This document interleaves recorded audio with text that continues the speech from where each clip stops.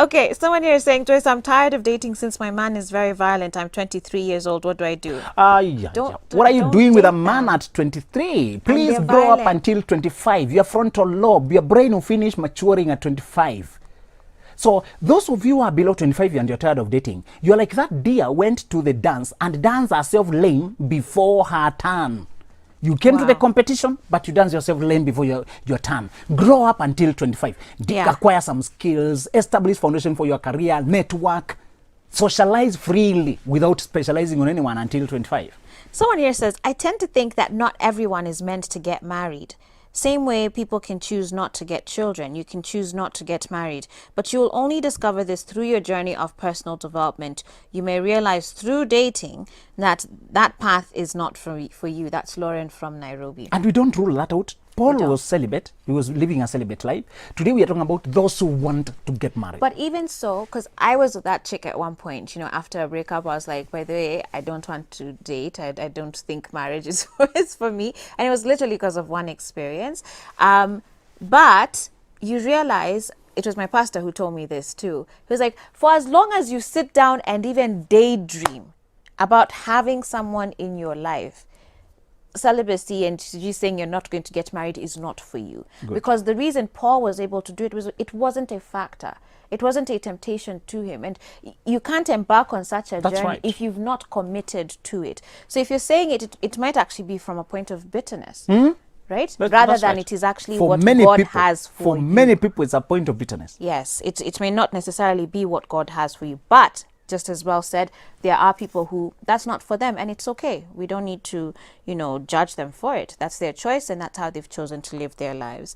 Let me see. Joyce, to be honest, some relationships can send you to the grave alive. Wololo. Mostly when it turns to obsession. Napenda show yako, it's a continuous learning process. Guys, keep on watching. Obsessions, Tena, Benjamin, I'll ask you to touch on that later, but let me just go through as many messages. Hey Joyce, loving the show. Say hi to Benjamin. Personally, I've learned to really respect people with good character because I have lived with a narcissist for 5 years, having 2 kids together. But it's a year now I left, and I feel in this cruel world to meet a loving and caring, good-mannered person is something very important. The good-hearted people are rare. That's Mercy from Eldoret. Another says, Joyce, I'm loving the show. And I personally think that most of the people who say they are tired of dating is because they have gone through a lot of emotional turmoil and they just don't know how to get past that. My question is, how does someone get over the emotional stress and baggage caused by the previous relationship and move on to something new? Great question. You need help. You need somewhere to process that. You need a professional. Please see whoever you need to see, but you need to know, you need to realize that you need to process that. The same way you process an injury before you move on. If you continue playing when you have an injury, you stop thinking about scoring and focus on protecting that injury. So don't continue dating or looking out there when you are still hurting. Right. That will complicate and hinder you. So please pause and heal. Yeah. Yeah. Someone here is saying they're enjoying the great insights. What do you do if you're tired of dating because of being hurt? Again, I think we've just addressed it. They're asking if it's all right to remain a bachelor for life if that's what you've decided. My answer to this is, if you've already decided that that is what is for you, you don't even need to ask if it's okay. By the time you're asking, it's because you know something is not fully settled within you. Those people who are already settled don't even ask. Yeah. So the fact that it's coming from bitterness shows you that celibacy is not for you. Okay? Yeah, it's not for you then. I think there's something you need to deal with there. Is that correct? Yeah, that's right. Okay. Someone here is saying the problem with most of us is that we're not sure of what we want in life. Forgetting life haina rehearsal. That's Dan Mukurinu watching. Dan Mukurinu wakiandutu thika. Someone here says, hey Joyce, I'm in my early 30s, hardworking lady, growing my business. I'm God-fearing, a good woman, loyal and respectful to men. I'm a good girlfriend. Problem is, I've never desired marriage. I've never wanted to get married, and I have nothing against it or men. I just feel it's not for me. What does Benjamin think about me? Okay. I like that. Now, what I think about you, my sister, is that if you are at peace with your decision, go on. Yeah. The only caveat is this: if there are times you fantasize and wish, and you see married people and you wish one day you live like that, you need to re-examine your decision. I'm happy when you're early 30s, you have career on course, but many times you career women, you don't create time for socialization. You are That's busy true. throughout. Yeah. Even a guy checks you, I'm busy, I can't, not this week, not this week, not this week. Many times you need also to socialize. Yeah. Also, even if you don't want to date, sometimes can you mingle and see, you can also create important relationships. Sometimes your decision came from not meeting anybody who touched you. Yeah. Yeah. And the thing is, I think some of us can get so lost in what we're doing and in what we're pursuing. But then you wake up like 5 years, 10 years later, and you're like, man, I really wish I had someone right now. And that's Joyce. Some of people who are swearing celibacy, they're very young and their energy is high. Your health is very perfect. A time will come when you need practical help, and that's when companionship is required. Factor that before you decide to live alone. Yeah. Think of yourself when you're 50 or 60, when your health is not that top. And let's talk about like age, really, and what sort of correlation is there between that and being tired with dating? Okay, so these ones who say I'm 25 and below, so 19 years old, I don't know. Those ones, they're not tired.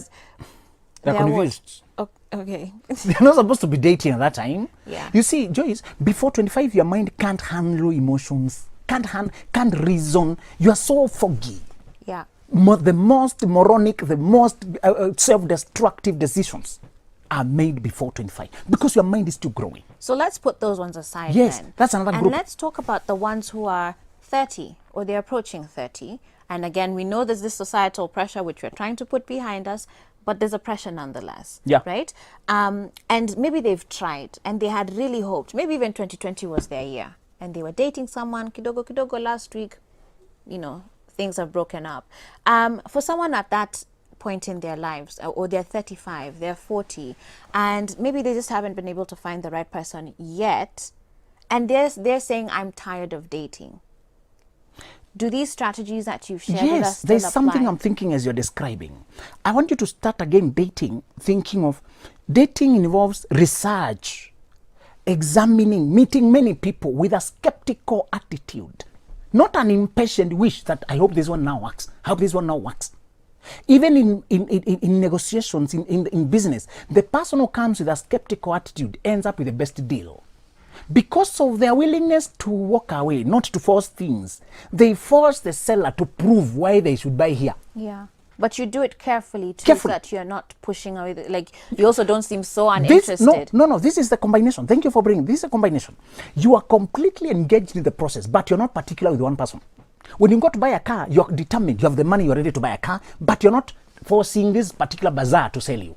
You are going until you get the best car. When you get it, now you buy. That's how you approach dating. You're very active, you are meeting on people, you're looking forward to it, but you're so patient with it, knowing that I will not force with one guy. Some of those people are tired after dating only one person. You fell in love before you knew whether this one was going anywhere. Right. I tell ladies to first, once you see a guy is likable, examine him closely before you fall in love. Yeah. I need to read this one. Hey Joyce, I can never miss out on your show. I'm 29 years old and I'm literally tired of dating. I was in a 2-year relationship and the man literally cheated on me nikiwa na yeye kwa nyumba.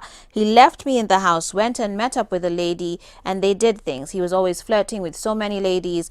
Let me try and cut the story short here. Saying I think he's getting back, but she's not really sure. She's too scared that men are all the same today, just out to disappoint, cheat, and not sure of what they want. No. Let me correct you. What were you doing in his house? You should not have started living with him before you take him through the process of examination and marrying him. Ladies, living together should come after wedding. I have breaking news. Wow. Not before. If he's flirting out there, what are you doing with him? You should have disqualified him and gone on to the next candidate. Why were you focusing on him? So it is not him who hurt you. It's you who jumped to the deep end before you learned how to swim.